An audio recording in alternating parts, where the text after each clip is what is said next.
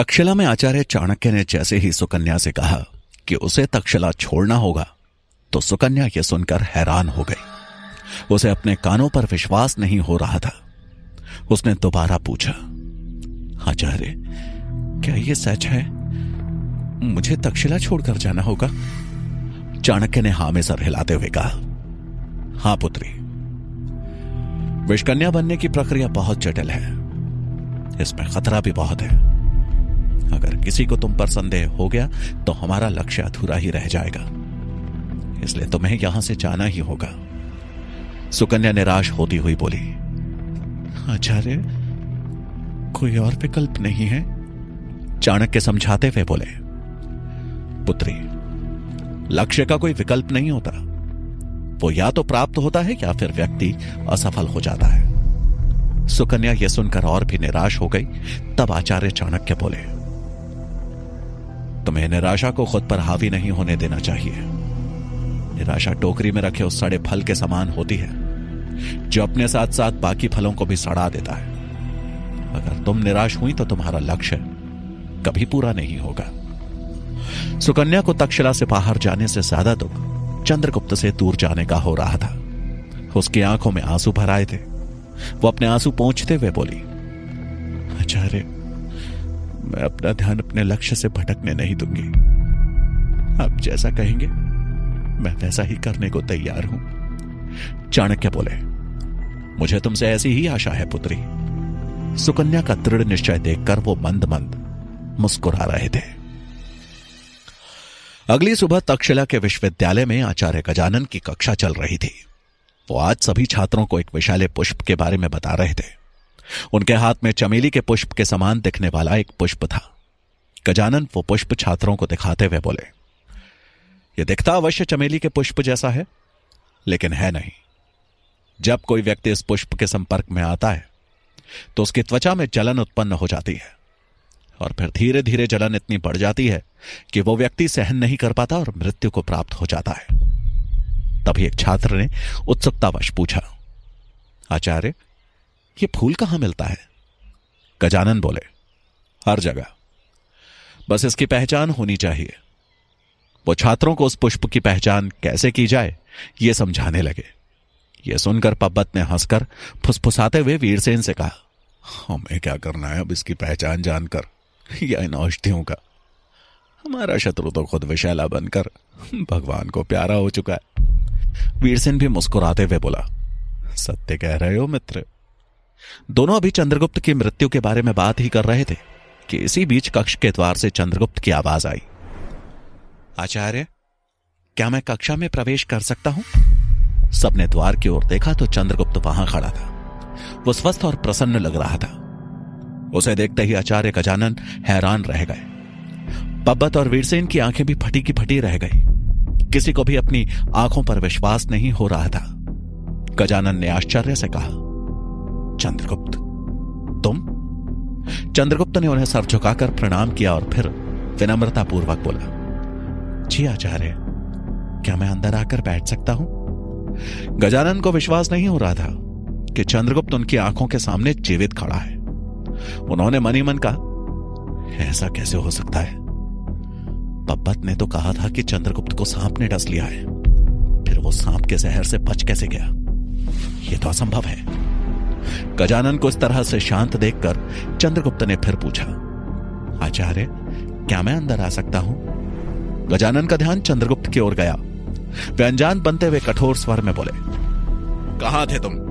कल भी कक्षा से अनुपस्थित थे, और आज इतना विलंब क्यों? चंद्रगुप्त ने अपना दायां पैर गजानन को दिखाते हुए कहा, आचार्य, एक जहरीले सांप ने परसों रात्रि मुझे डस लिया था। मैं परसों रात्रि से लेकर कल सुबह तक बेहोश था। काफी उपचार के बाद मुझे होश आया। अब मैं पूर्ण रूप से ठीक हो गया हूं। क्षमा चाहता हूं, कल मैं कक्षा में उपस्थित नहीं हो पाया। चंद्रगुप्त की बात सुनकर गजानन और पूरी कक्षा हैरान थी।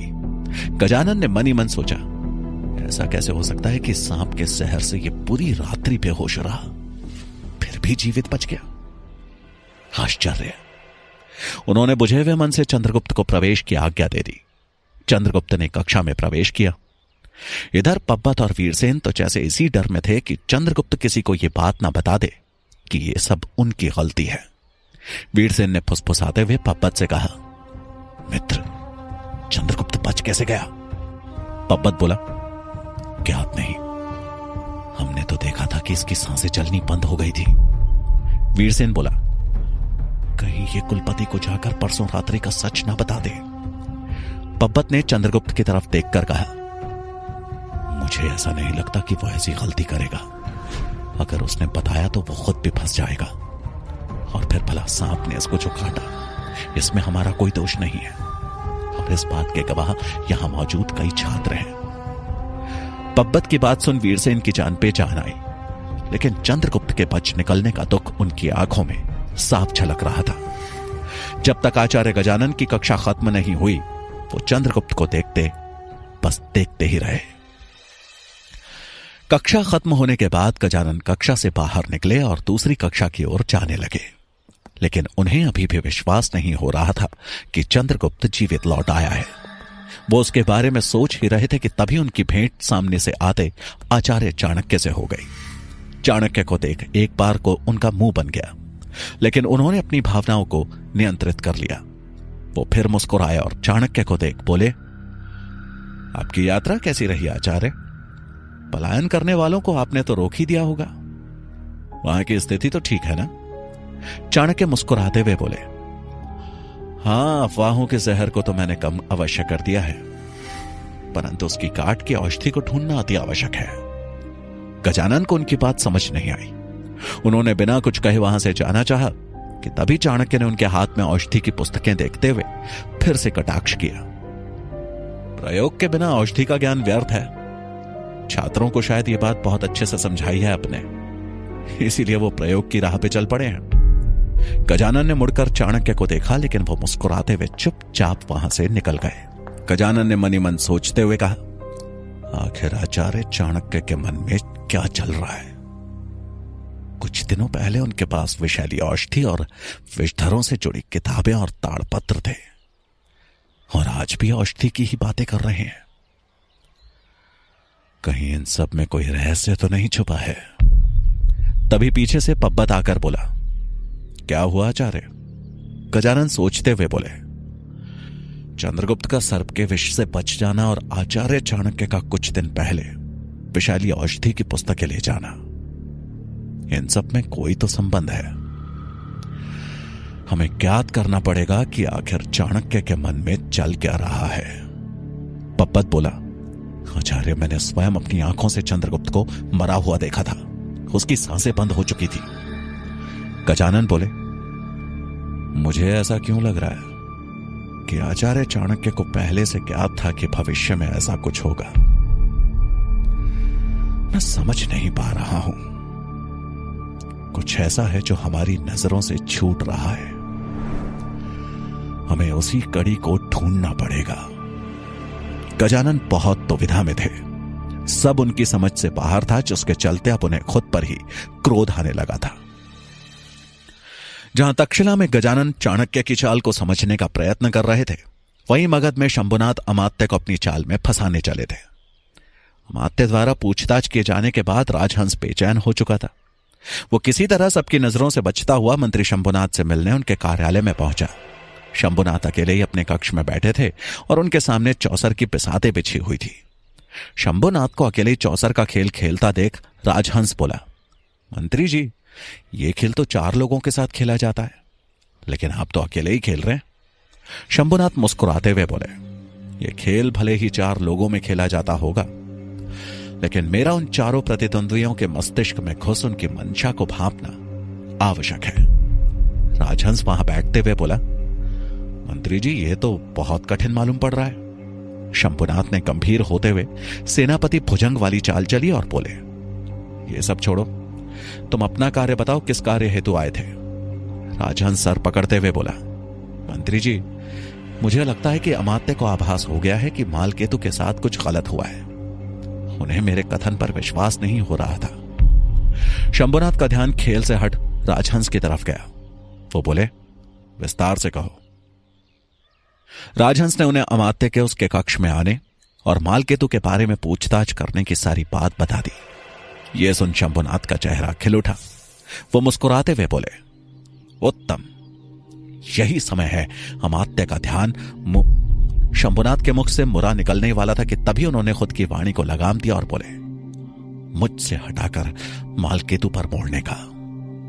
राजहंस ने हैरान होकर कहा, मंत्री जी, मैं समझा नहीं। शंभुनाथ बोले, अमात्य का ध्यान अभी मालकेतु पर है और साथ ही वो मुझे हराने का प्रयत्न कर रहे हैं। अगर उन्हें ऐसा आभास करा दें कि मालकेतु के साथ कुछ हुआ ही नहीं है, अर्थात वो जीवित है, तो? राजहंस अचंभित होता हुआ बोला, क्या ऐसा संभव है? शंभुनाथ एक गहरी सांस लेते हुए बोले, असंभव तो इस पृथ्वी पर कुछ भी नहीं। अब बस अमात्य को वास्तविक मालकेतु नहीं, बल्कि मालकेतु के भूत के पीछे दौड़ाना है।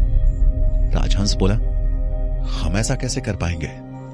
अगर कर भी दिया तो अमात्य को यकीन दिलाना असंभव हो सकता है। शंभुनाथ सोचते हुए बोले, अगर अमात्य को यकीन दिलाना है तो उसके लिए हमें योजना बनानी होगी। अगर उस योजना में तनिक भी खामी हुई तो उन्हें समझते देर नहीं लगेगी। अभी तुम जाओ और तक्षशिला लौटने की तैयारी करो। बस ये याद रखना कि उससे पहले महामंत्री अमात्य का ध्यान भटकाना आवश्यक है। मुझे कोई उपाय खोज लेने दो।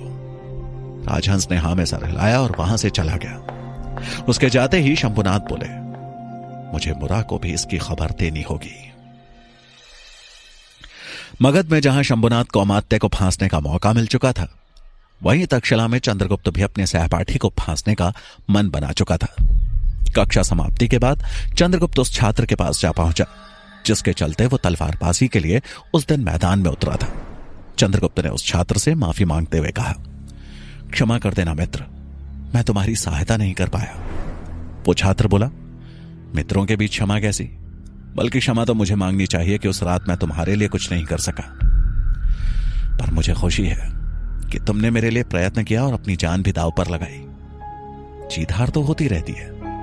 मैं तुम्हें जीवित देखकर बहुत खुश हूं। चंद्रगुप्त बोला, हां, लेकिन उम्मीद करता हूं कि तुम्हारे शुल्क की व्यवस्था हो गई होगी। यह सुनकर वो छात्र सकपका गया।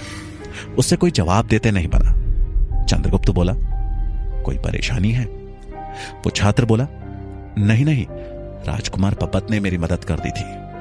शायद उस दिन के हादसे से वो डर गए थे, इसलिए। चंद्रगुप्त बोला, यह तो अच्छी बात है। और यह कहकर चंद्रगुप्त उससे कुछ देर के लिए इधर उधर की बातें करने लगा। दोनों तेज तेज हंस रहे थे। कुछ देर बाद चंद्रगुप्त बोला, चलो मित्र, मैं चलता हूं। यह कहकर चंद्रगुप्त ने उससे विदा लिया और छात्रावास की ओर बढ़ने लगा। इसी बीच उसने टेढ़ी नजर से दीवार के किनारे पे देखा, जहां खड़े होकर पब्बत और वीरसेन छुपकर उन दोनों को ही देख रहे थे। मन ही मन मुस्कुराता हुआ चंद्रगुप्त बोला, मुझे याद है कि तुमने उस दिन जो कुछ किया वीरसेन और पब्बत के कहने पर किया।